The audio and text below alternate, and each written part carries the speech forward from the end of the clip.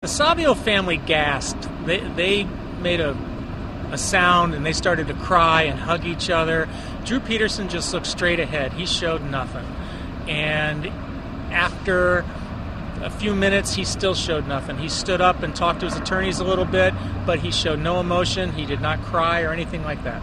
You know, he's been in jail for 3 years, and I think he had to know conviction was a real good possibility. Also, he's a police officer, and he was an undercover officer, and he knew how to act. That's part of being an undercover police officer, and I think there was nothing I wasn't surprised at this at all.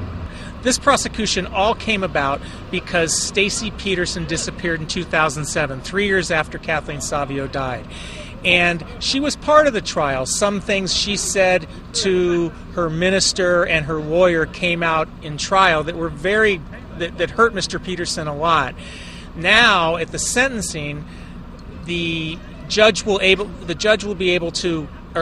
at the sentencing, prosecutors will be able to bring out some evidence about Stacey Peterson's disappearance and to try to convince the judge to impose the maximum sentence. Mr. Peterson is looking at a sentence of 20 to 60 years in state prison, and prosecutors obviously want him to impose the maximum. So Stacey Peterson will be a big part of the sentencing hearing in November.